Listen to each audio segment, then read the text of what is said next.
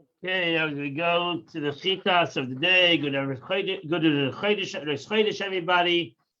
And today is Tuesday, the first day of the month of Adar. And we are holding in Chumash, in the portion of Truma, the building of the Mishkan. Today is the third reading, which is on chapter 25, verse number 31. Settle in as we go to the building of the Mishkan. And we are holding on the building of the menorah, chapter 25, verse 31. Vasisa menorah zahav tahar, and you shall make this menorah out of pure gold. Miksha tasa menorah, the menorah shall be made hammered work. Yerecha v'kanag v'gea kaftareo paracheo, its goblets, its knobs, its flowers shall all be one piece with it. And this is your picture. The menorah is, according to Chabad, wrong, but this is the picture. The one piece of gold, they took one block of gold and hammered out a menorah from it. And this is a very intricate menorah that was made. Here you have the two menorahs. This is the Chabad menorah. The menorah that, according to the Rebbe, was in the Rambam also. That wasn't in Beis Hamikdash. It was very hard to make. And even Moshe Rabbeinu had a difficulty in making this menorah. As Rashi will tell us later, that is not an easy thing to make, especially look at all its cups and its goblets and the intricacy of this beautiful menorah that was made. So it all had to be made out of one piece of gold. And that's why it was not an easy thing to make. So we're going to go through the Rashis a little bit, and we'll try to figure this out. Miksha tasa menorah, the menorah shall be made a hammered work. It must not be made in sections, which can be removed. Its branches, its lamps should be made individual and then attached. It's not to be done that. As a custom in a regular place that they do it. It's called connecting things together, soldering. But the menorah must come from constructed entirely from one piece of gold. So this is not like the other utensils that were made of wood and covered, gold plated.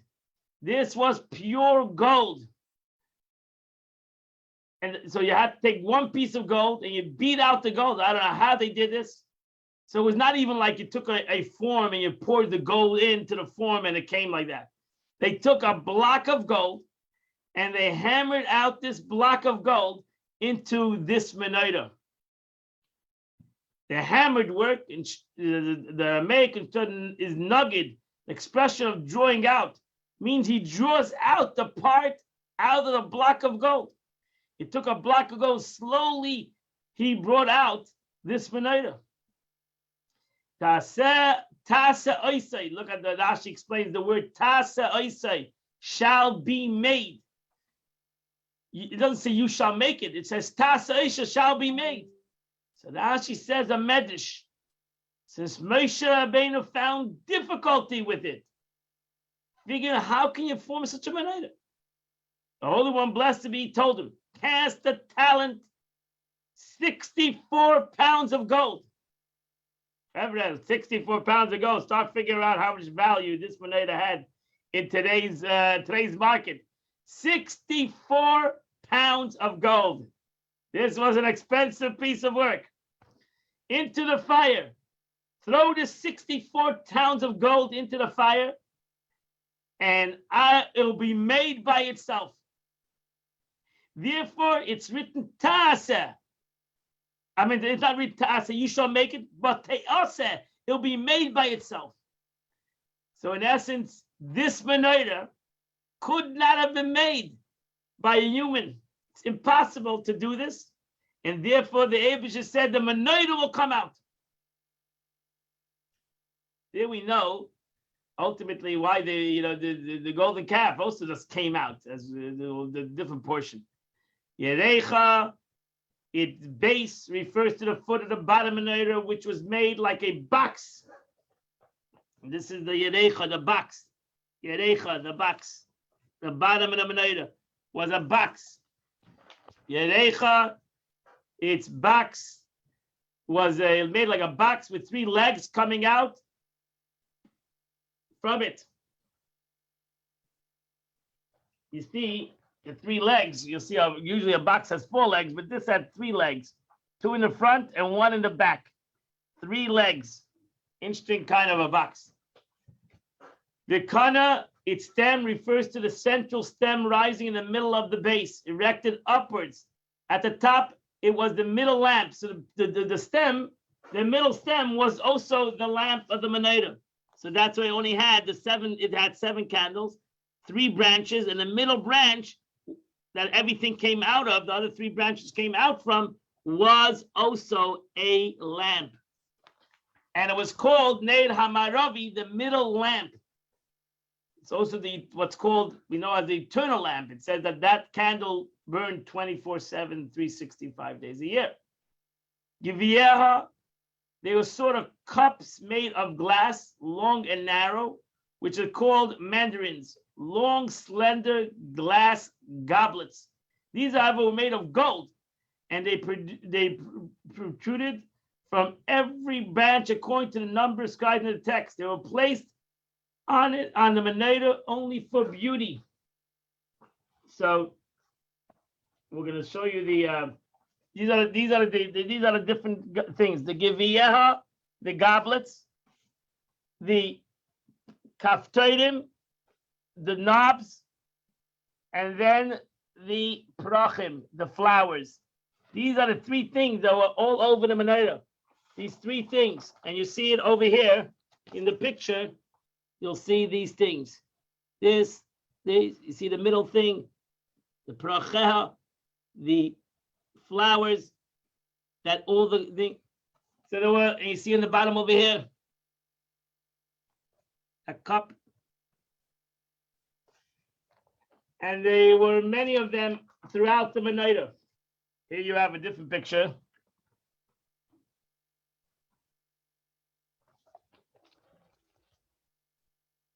Though in general, this is the book. It's a beautiful book. This is an art scroll book. You can acquire this book. It's a beautiful book. I'll give you an understanding of the Mishkan. The knobs, they were sort of like round apples all around the branch. Those were the knobs. Around the middle branch, in the style of a menorahs are made for princes. They were called pomelas, apple-shaped knobs. The numbers described in this parsha, how many knobs preceded it, how many space was left on a band between knob and another knob. Paracheha, engravings made like sort of a flower. So again, those are the 3 things. The geviyim, the goblets, kafterim, the knobs, prachim, the flowers. You're going to hear this in the next couple of verses. So imagine them. The geviyim, the goblets, the kafterim, the knobs, and the flowers. Mimenu hayu prachel. These are the engravings made of sort of a flower. Mimenu hayu hakol miksha yetze mechaticha. Everything shall be hammered work out of a solid block of gold, and not made separately and put together. Verse 32. A 6 branches shall come out from its side. 3 menorah branches from one side, and 3 menorah branches from another side. And that's how you had 7 candles on the menorah. 7 fires on the menorah. Rashi says, you see over here we see Rashi doesn't have the menorah that most people have. And the menorah is circle. And Rashi has it alachsein. Rashi opened right by alachsein. It was diagonally. So you see that even Rashi also says the menorah is like what's on the bottom over here, not what's on the top. What most people do. That's not alachsein. That is not called diagonal. That's called surround. This is the menorah that was in the Beis Hamikdash, my friends. This is what Rashi says. This is what the Rambam says. Maimonides actually makes a picture of the menorah like that. And this is the menorah that was made. Most of us have the menorah from Titus. Titus Ark in Rome. That's where we get the menorah. But actually, we know that the prophet hid the menorah that was in the Beis Hamikdash. The menorah and everything was hidden underneath the temple before the destruction of the Beis Hamikdash. So ultimately, the Romans did not take the actual menorah. We know that Shlomo HaMelech made in the Beis Hamikdash many menorahs. It was over 10 menorahs, and it could be that he took one of those menorahs and he carried it back to Rome. But he didn't take the original menorah that was in the Beis Hamikdash. So that's why we have this image of a circled menorah. But that was the menorah that Shlomo HaMelech made. Shlomo HaMelech made many menorahs to lighten up the temple. He made many menorahs. He could have made the other menorahs round because they were not for the mitzvah. They were just there to give beauty in the temple. And that was the menorah they have. So you see here, Rashi says that it was made by Lachsen. It was made diagonally. It was not circular, like most people think it is. It was not. The shachim, they drawn upwards until they reached the height of the menorah, which is the middle stem. So ultimately, that's why they came out branches. And the Rebbe the Rebbe was the one who emphasized this, that we should not go with the menorah of Titus. We should go with the menorah that Rashi says, and Maimonides writes that that's the way the menorah was in the Beis Hamikdash. We shouldn't fall into the Titus, like the same thing with the boxed with the circle tablets. So we get involved with with somebody made circle tablets. Michelangelo made circle tablets. And suddenly it became a Jewish thing that the tablets were circle on top. It was not. It was flat. So to the menorah was straight, not straight. It was an angle. So so the bottom was the longest. Yeah, the bottom ones came out longer, and the above it was shorter than it, and the highest one was the shortest. And that's where the menorah came out. Shloisha Gevim, 3 decorated goblets on one branch, a knob and a flower, and 3 decorative goblets on one branch, a knob and a flower. So for the 6 branches that came from the menorah. So Rashi says we should go to the Taigim Tazrendes Mitziyorim. They were decorated in a manner that that silver, like the manner that silver and gold vessels are made, which is called in Old French nailer. Shloisha Gevim, 3 decorated goblets between for each branch. Kafareh parecha for each and every branch. So you had. It's hard to see. I can show it to you here.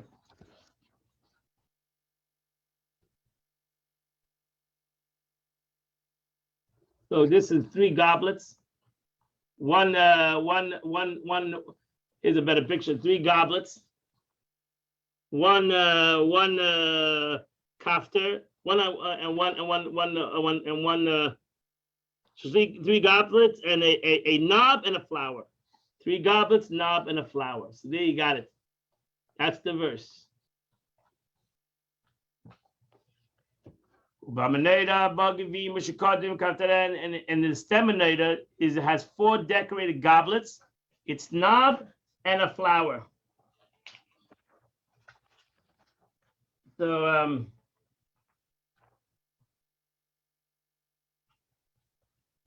again, this is another picture in the menorah itself. If you get a simple, because the very question how it was done.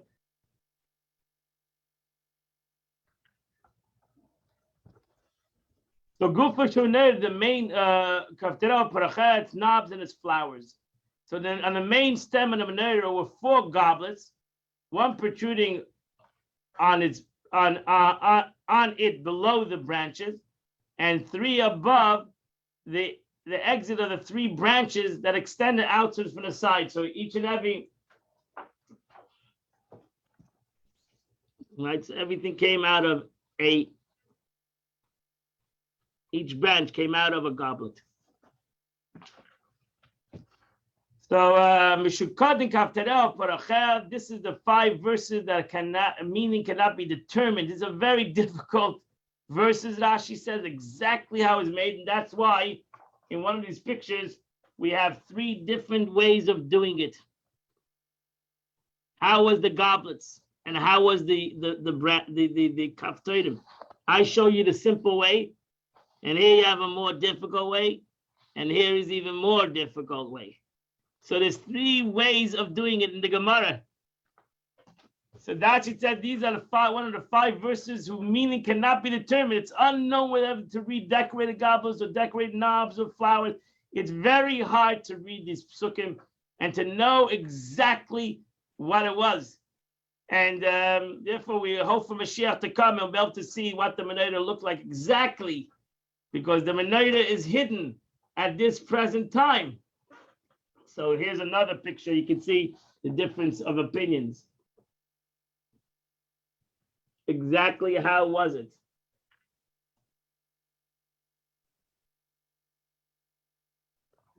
Very difficult content. First of all, to even make this menorah, imagine making all these things out of one piece of gold, and that's why Moshe Rabbeinu Masrabi was himself mixed up. How do you do this? How is this happening? And that's why the Medrash says it all came out of one go. Well, the Eibishter made it. God made it himself. The knob on the 2 branches from it. And a knob on the 2 branches from it. And a knob on the 2 branches on it.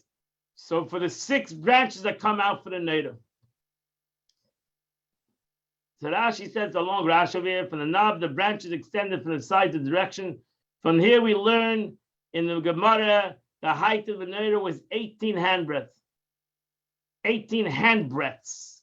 You have to know what a handbreadth is. Maybe the total is arrived as follows: the 3 feet of the Neder and the lowest flowers were 3 handbreadths. From the flower mentioned the connection to the base, as it says it was base and its flowers, then 2 handbreadths above there, unadorned, and then a handbreadth on that, and there was a goblet, namely the 4 goblets mentioned in verse 34, and then a knob, and then a flower, and 2 knobs, and 2 flowers, match connection to itself, as the verse says in verse 34, decorated its knobs and its flowers. We learned that the main stem, there were 2 knobs and 2 flowers. In addition, there were 2 knobs. Maybe I have a picture. I'll make it easier for you. This is this is the Rashi. This is the Rashi. That's why this book is a great book. And this is the Rashi. 18 tfachim. And the whole Menorah was 18 tfachim. I'm trying to get the exact English. 18 and 72 inches. 72 inches was the Menorah. So this is the whole calculation. Rashi calculates how big the Menorah was. Ultimately, the Menorah was 18 tfachim, which is 72 inches. So the Menorah was not a very big Menorah. 72 inches is 4 feet. What? Right? I have you on silent, so you can't tell me. 4 feet. 6 feet. I'm sorry. 6 feet. 6 feet. I'm sorry. Right. 6 feet. So it's 6 feet. I'm sorry. Too early in the morning for me right now. Calculations. Okay, so it's 6 feet. Around 6 feet was the whole Menorah. Verse 36.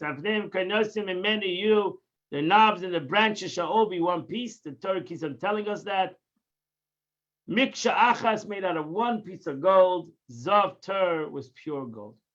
Now you shall make 7 lamps. And that was the cups that was in the Menorah itself. So those are the cups of the Menorah. 7 candles. 7. That was the thing. So and they shall shed light to its face. So Rashi, what does that mean? There was sort of a cup of oil, and the wicks were put into the cup of oil. So the cup was in that flour. Make the opening of the 6 lamps, which were at the top of the branches that extend from the menorah side, turn them towards the middle. If you look at the picture, you'll see that the candles are all from the right side and the left side, they're all facing the middle. So the middle was straight, and the rest of the three to the right were facing the middle. Both sides were facing the middle. So they all were facing the center of the menorah. So they used to put the wick. They only used to light it with, not with candles or with wicks and oil. So they used to put the wicks facing the center. So that the side towards the middle. So when the lamp were lit, they would all shed light to the center. The light should be turned toward the face of the middle branch, which is the body of the menorah. Verse 38, its thongs and its scoops were all made out of gold, pure gold. Then the thongs would take the wicks from the oil to set them in place to draw them from the mouth of the lamp. So they were thongs, as you see the picture. There were thongs that used to take the wicks out, and the scoops. There's some small cups, which to the kohen would scoop the ashes. And when the lamp every morning, when the kohen cleaned the lamps from the ashes of the wicks that burned during the night and were now extinguished. The word machteseh is the equivalent to, I can't even say this word, procedura, little shovels. Verse 39, Kikazav it shall make it a talent of pure gold, as kala kelim ela, all these vessels.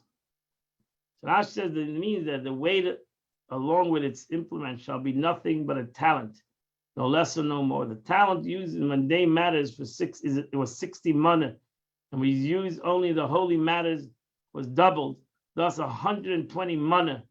The manna is a liter in which silver is weighed according to the weight used in cologne, which is equivalent to 100 gold pieces, or 20 sela. For a sela is equivalent to 4 gold pieces. This is equivalent to 64 pounds of gold. So a kikar is around 64 pounds of gold. Again, it's not clearly, the pounds and to the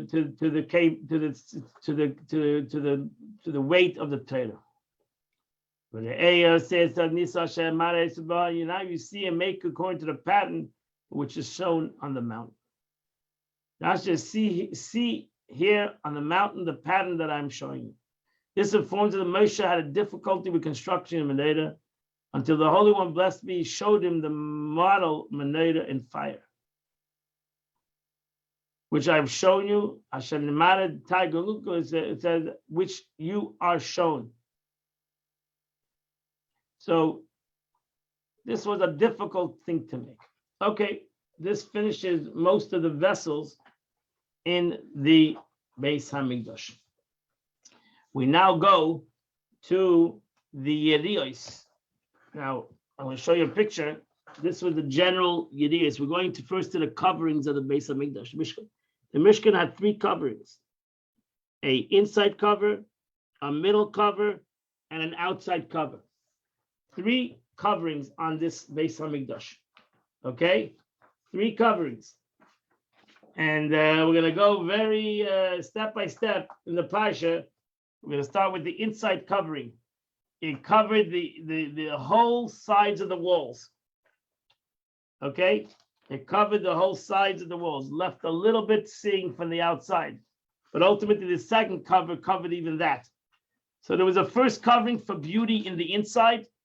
There was a second covering that kept the water out. That was the izim, the covering of izim. And then, as you soon see, and then there was the outside covers. There were 3 different layers of coverings on this Mishkan. So that's the verses now. Chapter 26, verse number. As a Mishkan Tasa Esiyidiyas, and the Mishkan you shall make 10 curtains, consisted of twisted fine linen. These are 10 curtains that were put together. So there were separate pieces that were put together. Okay, I'll give you a picture. 10 curtains. Over here you have the 10 curtains that were put together. 5 and 5. These are 5 separate pieces. This is the piece itself. This is one of them itself. The Eibishter Torah says you make 10 of these pieces. So you can make sheish mazuzah. These were 10 curtains, consists of fine linen, blue, purple, crimson wool. Shnei kruvim, a cherub design work of mastery weavers shall take of them. Now, you see the picture over here, the weaving work.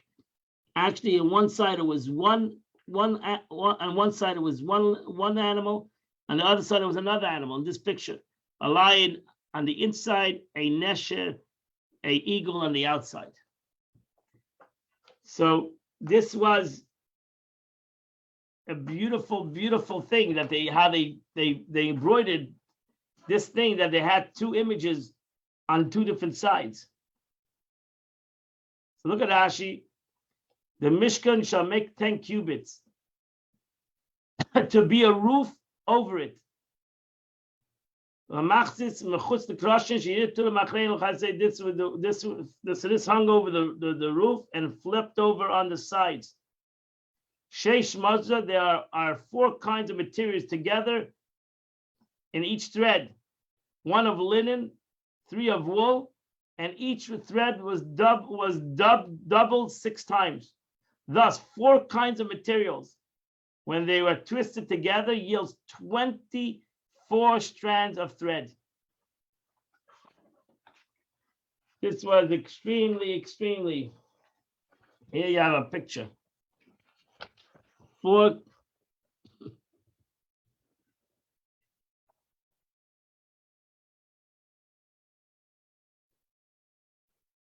Kruvim, cherubim were drawn on them, the curtains in their weave, not in their embroidery, which is needlework, but the weaving on both sides. One face was one side, one face on from here, and the one face on the other side. A lion from this side, an eagle from that side.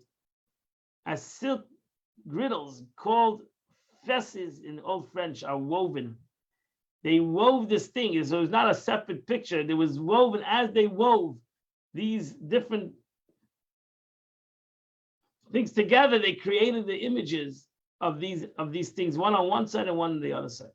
The length of one curtain shall be 28 cubits. And the width of each curtain shall be 4 cubits. Each of these curtains have the exact same amount. So 10 cubits, 28 amas in the length, and 4 cubits in the width. So together, it was 40 in the length, 40 in the width. I mean, and always 28 in the length. Then take the 5 cubits, 5 curtains, and connect 5 curtains together. Take 5 curtains, 5 of the curtains shall be joined to one another, and the other 5 to another one another. So you take the 5 curtains, bring it together. Take the 5 curtains, bring it together. Now you have 2 curtains. Yeah, the chayvus, Rashi says they should be sewn together with a needle. 1 curtain along the other, 5 separately, and the other 5 separately. Isha l'chaisa, a woman to her sister, is a customary scripture speaking the way concerning a noun and is the feminine gender, concerning a noun and the masculine gender. Isha l'chachav. So over here the Torah uses feminine wording. Isha, a woman to his friend. Verse number 4, Vasisa lulois tekelas asfasi iria, and then you need to make loops. Then you need to make loops on one side. You make loops on both sides of the put together, the 5 together, 5 together, make loops, and then you're gonna make hooks that are gonna bring them together. And that's the hooks that brought the 5 and the 5 together. So now you brought them together. You brought the two separate beautiful coverings, you brought them together, and now you had one long covering over the Mishkan. You got it? So you ask Ketats by Mechaberes Hashem. Lulais, Rashi says, means las olos. Mikza Mechaberes, on the curtain that is uttermost set, the group of 5 curtains bring it together. On the curtain that is the utmost, I could say an expression derived from kotzed, it means the other end. You make 50 loops on the edge of one curtain and 50 loops on the edge of the other curtain. You make sure that the 2 loops are facing one another on both curtains, because then you have to put the hook to connect the 2 loops together. So long Rashi, let's continue verse number 6. And then you shall make 50 golden claps. Now you're going to bring the 2 curtains that you've created, you're going to bring them together through these hooks. The Krasim Yia Mishkan, now the Mishkan becomes one. The entire Mishkan is covered with one beautiful tapestry. And this the way it looked from the outside. This was made up of 10 different curtains, first put together as 2 curtains separate and then brought together. Now, why they do this? Simple reason, because when they took apart the Mishkan, it would be very hard to do this in one shot. So like this, when they took apart the Mishkan, they separated these 2 coverings into 2. Now the Torah goes to the next curtains, and that's the curtains made of izim, made of goat's wool. And that was made to protect the Mishkan from the outside elements.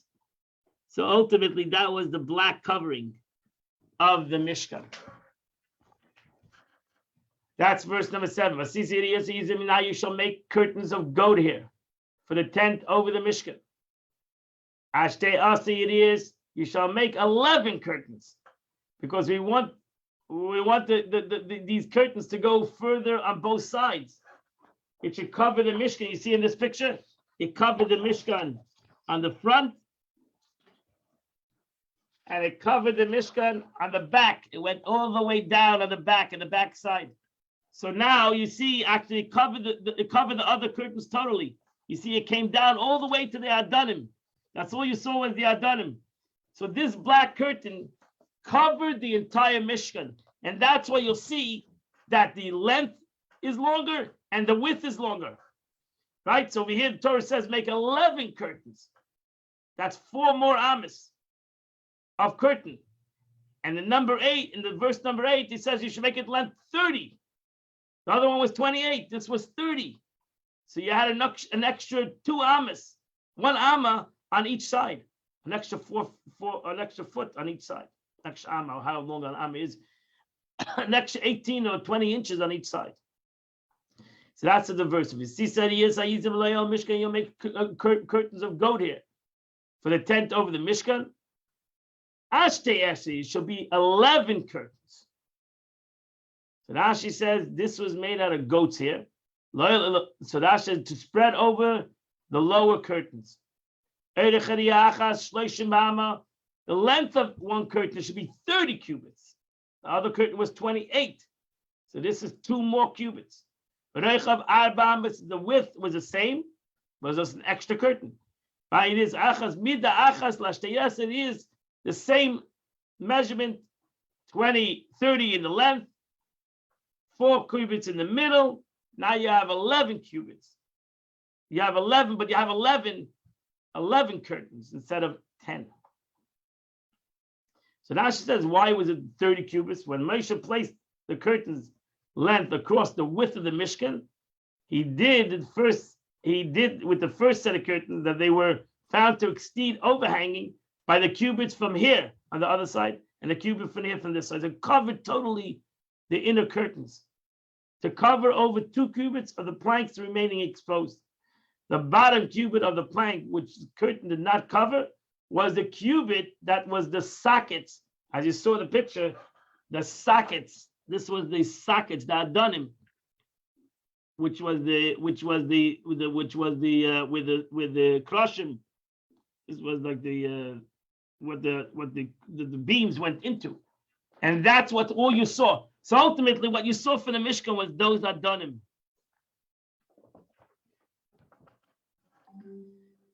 But the Torah continues. Take 5 curtains in these goat hairs curtains, bring 5 together.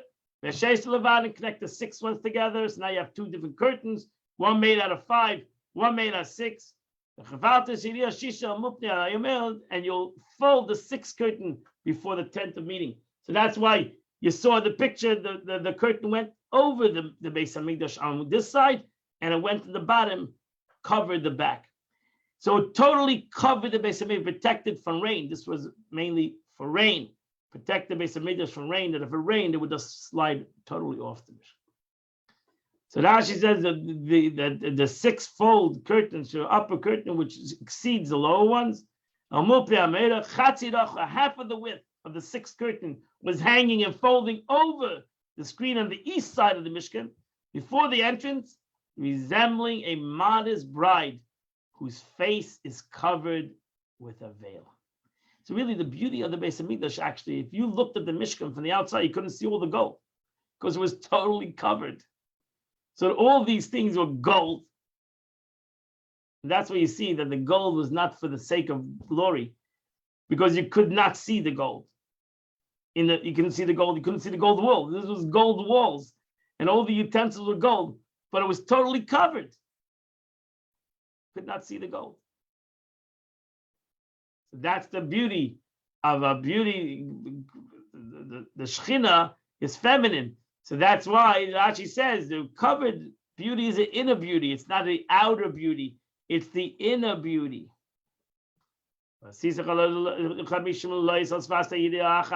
same way like you did with the previous one, you're going to put 50 loops on one side, 50 loops on the other side, and now you're going to connect them together and you're going to have a second covering. You take 50 copper claps. The previous was gold. Now this was copper. The middle one had copper. You're going to bring the loops together with the clasps. You're going to connect this tent. It'll become one big curtain. And the overhanging axis of the curtain of the tent, half of its curtain shall hang over the rear of the Mishkan, as he showed the picture. The rest of the curtain, because you had 4 cubits, so very little hung in the front. The rest of it was hung in the back, when totally passed and covered the entire back. So that's the way it was done. So Rashi says over the curtains of the Mishkan, the curtains of the tent were the upper ones. The curtains of the goat here, they were referred to as the tent, as written above them, for the tent over the Mishkan. Every expression of oil, tent, stated in the context refers to the upper curtains. Is only an expression meaning a roof, for they form a tent and a roof over the lower curtains. They, the upper curtains, see the lower curtain by a half of a curtain on the western side and a half of an extra on the folded opposite front of the tent. So you had a half because they took the 4th curtain, and that's because it had 12, had 11. The other one had only 10, and now you had an extra 11. So he took half of that 11 curtain, 2 cubits on the front and 2 cubits on the back. And that's the way they did it. So it hung over the front 2 cubits, and it hung on the back side 2 cubits. The chasish to cover 2 cubits of the plank that were exposed. So ultimately it covered even the on the back side of the Beis Hamikdash, it even covered the Adonim, and that's what you see in the picture. In the backside, it even covered the sockets of silver. Achrei HaMishkan, which is the western side. So the eastern side is the entrance. The western side is the back side of the base of the Mishkan. Right? Since the entrance of the Mishkan was on the east side, which is referred to as the front, and the north and the south are referred to the sides, right to the right and to the left, and the western side is the back side. So like the western wall, when we are at the western wall, the entrance to the Beis Hamikdash was from the east, and the western wall is facing the back of the Beis Hamikdash. So also the Beis Hamikdash on the Temple Mount, the western wall is the back side, right? We're facing east. The western wall is the back of the Beis Hamikdash. You always came into the Mishkan and the Beis Hamikdash to the east side.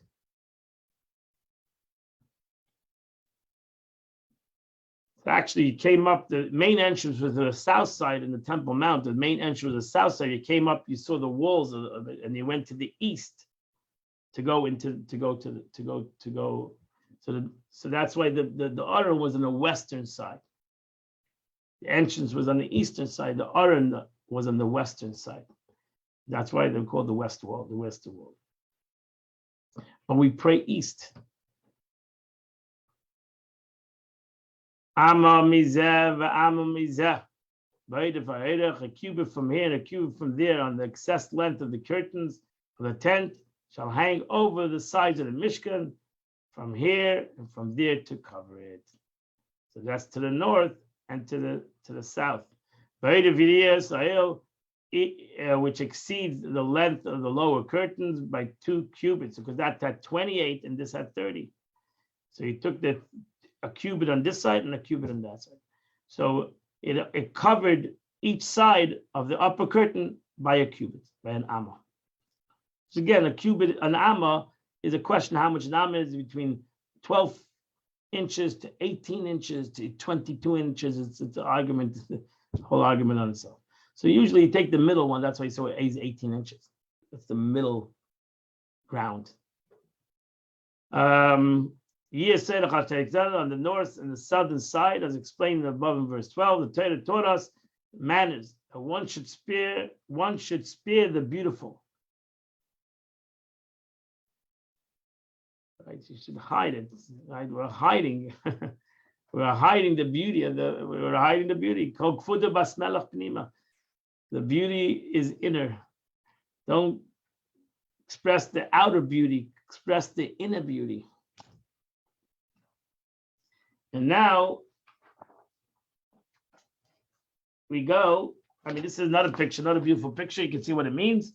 That you see that it covered the outer, the black, the izim covered the inside. I don't know what izim is black, but that's what it's called over here.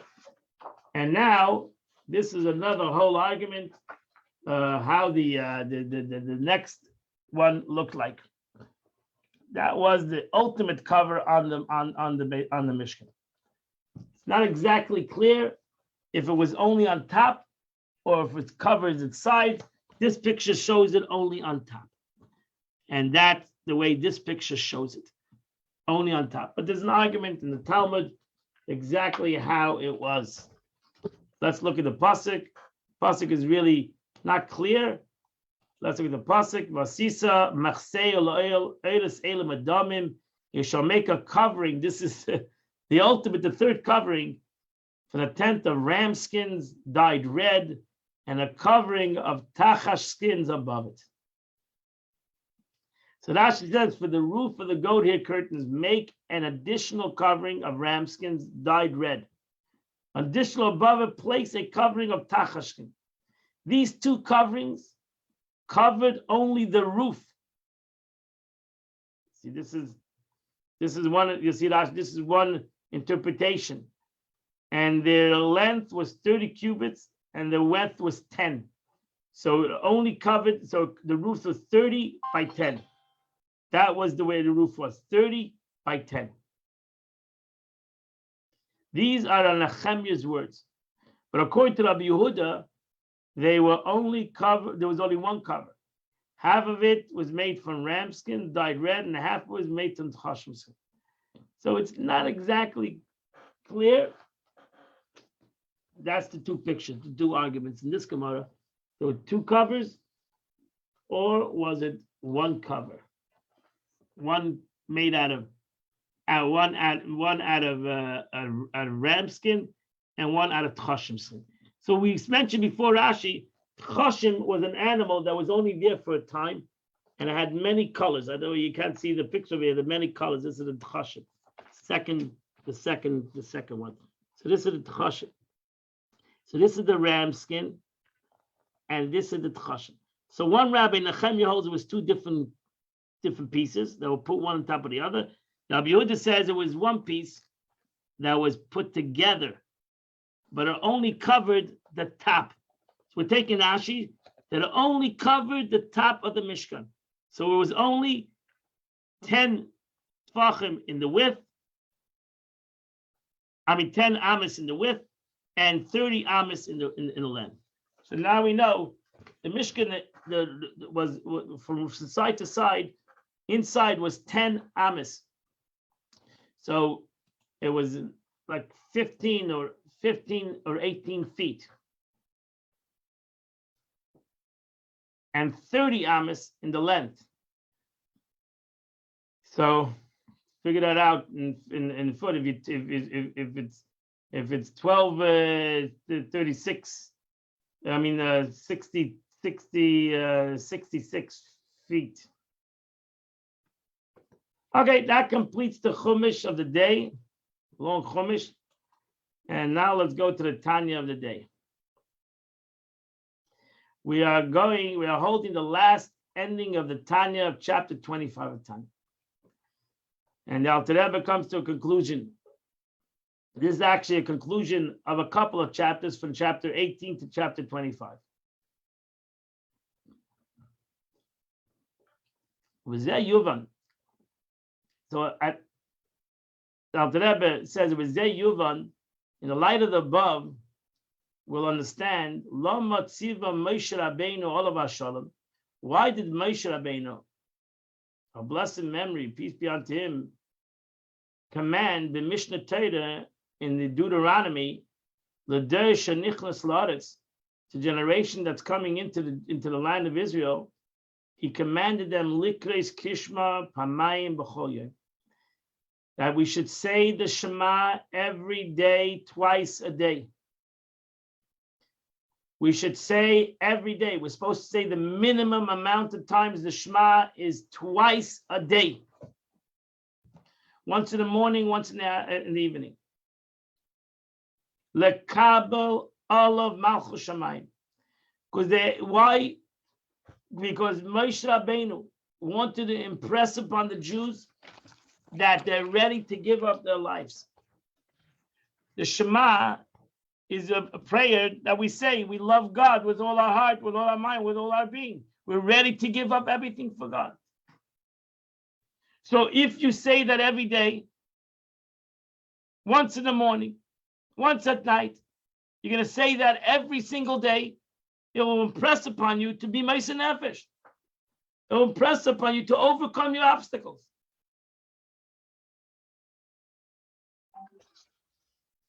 The Kabul Olam Malchus Shemayim, to accept on herself the yoke of heaven, the Mesiras Nefesh, with self-sacrifice. And you may ask, why is it necessary for our forefathers to prepare themselves for Meitzudim? Didn't he say? Didn't Moshe Rabbeinu say? Didn't God promise that the fear of the nations, you're gonna put a fear in the nations? So what are you afraid of? What are you afraid of? What were the Jewish people afraid of? Why do you need to go on Mesiras Nefesh? Why do you need to go on self-sacrifice if God said, I'm going to disperse all the nations away from you? What is the self-sacrifice that we need? Because the self-sacrifice is not for the nations. Self-sacrifice is myself to do Torah mitzvahs. I can live in a world that the nations will not stop, will not, like today we live in a world, the nations let you live and they let you do Torah mitzvahs and let every Jew live like a Jew. But we ourselves are not ready, seemingly. But because Moshe Rabbeinu said, no, I'm telling you to say the Shema, not because you have to go and self-sacrifice for the nations. God says the nations of the world are going to be, I'm not going to bother you. I'm telling you to say the Shema for yourselves. Because I know that doing Torah mitzvahs is going to become a struggle for you. I know it's going to become a struggle for Jews. The nations of the world are not going to give the Jews the struggle. We're going to give ourselves the struggle. And therefore, but because fulfillment of Torah and its commandments is continuous, on one being constantly aware. That's the why. If one needs to always remember, if I'm ready to go on self-sacrifice for God, I should be ready to do anything for God. I should be ready to put myself aside for God. If I'm ready to give my life up for God, so then why am I not ready to give up my desire for God? I'm not giving up my life. I'm giving up my taiva. I'm giving up my desire. I'm giving up myself a little bit for God. If I'm ready to give up my life, why am I not ready to give up? And that's why Moshe Rabbeinu said, I want a Jew to say the Shema every day. So when he says the Shema, he says, I love you, God, with all my heart, with all my soul. I'm ready to give up my life for you. And therefore, anything that's going to challenge me during the day, I'm going to say, what do you mean? I'm a Yid. What do I care? I'm a Jew. I'm ready to give my life up for God. I'm not ready to give up this desire. The heck with the desire. So I have a desire. So my Yetzer Hara comes to me and says, let's do it, Aveda. What do you mean? I'm ready to give my life up for God. You're going to ask me to do a sin? Have a good day. Even though I want to do it, maybe. But I'm going to say, what do you mean? I'm ready to give my life up to God. I just said the Shema today in the morning. I love God with all my heart, with all my soul, and all my being. So what are you asking me to do something when I'm ready to give up my life for God? Isn't that amazing? Truly amazing if you think about it. That's what the Alter Rebbe said. A person should remember every day, not something to remember that his grandfather was Moshe Nefesh, his great-grandfather was self-sacrifice, or great-great-grandfather self-sacrifice. No, I myself, I'm ready to go on self-sacrifice. You should never go on self-sacrifice. Baruch Hashem, the nations of the world are not putting us on self-sacrifice. So Baruch Hashem, but am I ready to go on self-sacrifice? Not to worship an idol? 100%.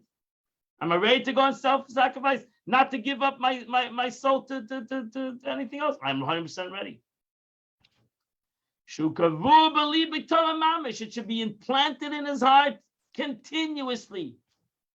Yoimam valayla, day and night.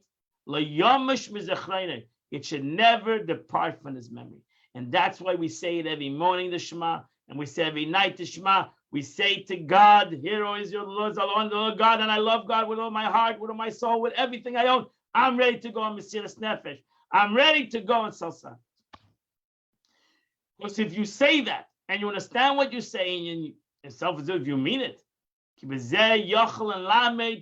with this, you can overcome, withstand your evil inclination, to win it,